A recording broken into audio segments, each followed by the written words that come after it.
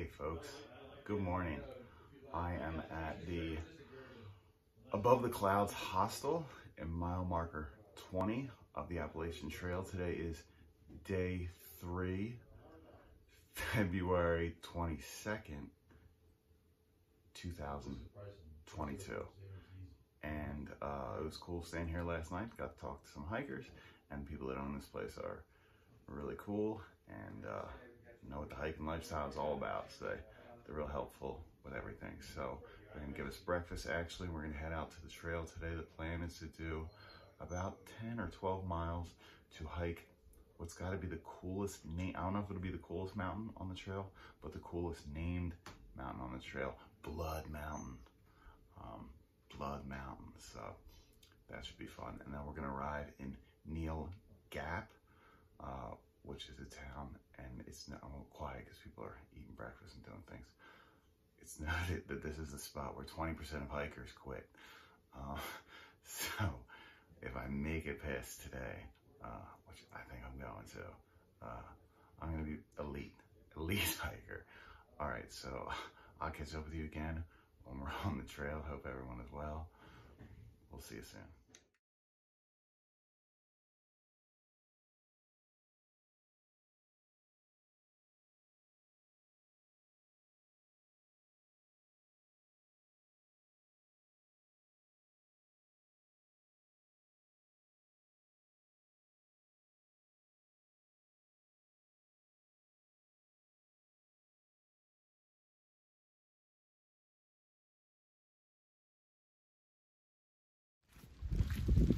Hey, me again. Kind of a rainy, wet, foggy day, so not many views. So we'll get into some more trail talk. A couple other questions people may have. One being, you know, if you're doing the hike alone, do you see people? So here's the big theory. Probably the number one philosophy that you hear on the Appalachian Trail is this.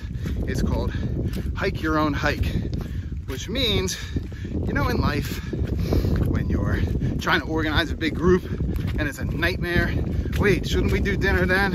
And then we'll go to the movie, and then we'll go to the park. No, we gotta wait because I get off work. You know that? Or vacationing with big families can be a nightmare. Hike your own hike is do your own thing. Do your own thing. But if we bump into one another, cool. So probably the biggest allure of the trail for me, and maybe for a lot of people too, is that it allows for absolute freedom, right? Your only job is to walk north. Absolute freedom in terms of pace, distance, and all the decisions that you make along the way. So that's why it's kind of nice to be in a position, unlike our regular lives, it doesn't allow for that too much, right? But I was talking to some people for like an hour right before I started videoing, and it's kind of cool because you have so much time to talk to someone. You can be like, well, I don't know, start with the day you were born. You can take me through your whole life. We have hours to do this, so you know, you can get really deep because you got so much time. Deep about anything. I could spend the next 4 hours thinking about the 90s hip-hop band House of Pain. It doesn't matter. You can do that out here. You know, I might finally figure out what the quadratic equation means. I have the time to ponder these things now. And one final thing I was thinking, like, you might be wondering, well, how long is this whole deal gonna take, you trying to hike from Georgia to Maine? That's a great question. So that also depends on your pace and the distance you hike and a number of other factors, right?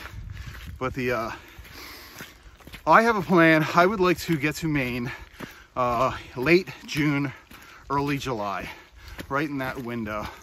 Around 127 days, so like 135 days, somewhere around there is my window. So I do have a plan, but you can't make a plan something so large. So I am flexible, but that's my window.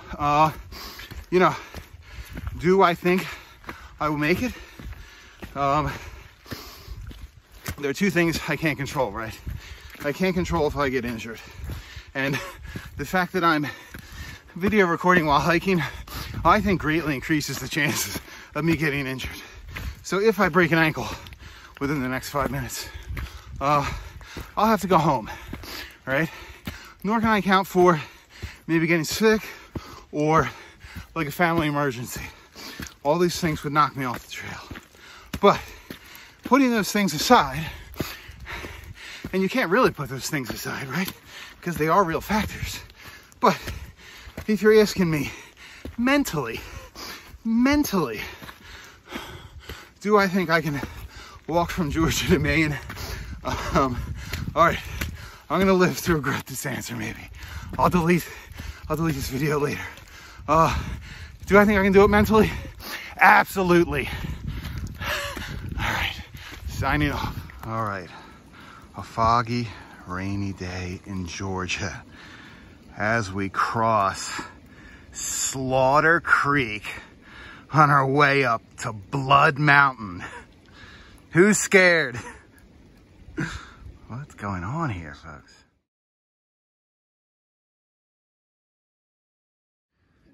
The peak of Blood Mountain. Not much doing. Pretty cool fog though.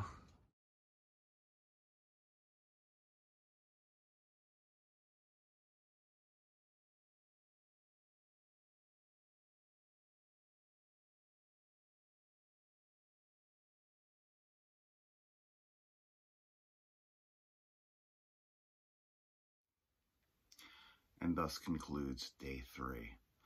Why isn't he camping again? Is this a hiking and camping vlog or a hotel review vlog?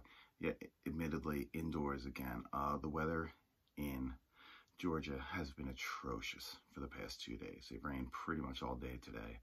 It's gonna pour tonight with thunderstorms as well. Bucked up with a few other hikers I met at the hostel last night for a pretty bare bones cabin in Georgia, in wherever we are. But today hiked roughly, I think it was 10 or 11 miles from Woody Gap to Neel's Gap, and it was a lot of fun. Very misty, but a good day all in all. And tomorrow I'm camping outside, rain or shine, and it looks like rain. All right, so that's all for today. Good night.